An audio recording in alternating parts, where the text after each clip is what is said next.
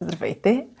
Аз съм Славея. Основната цел на това видео е да ви представя рефлексиите на младежите. Обаче, за да стигнем до там, ние извървяхме един близо 2 годишен път. Наистина близо 24 месеца.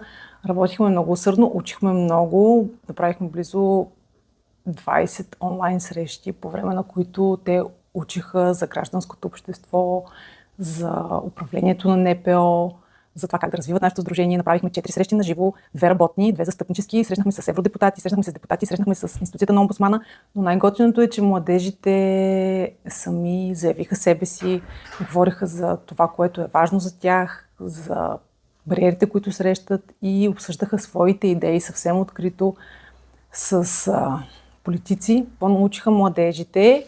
А каква е тяхната гледна точка, ще видите в поредица от видеоклипове, които ще публикуваме тук.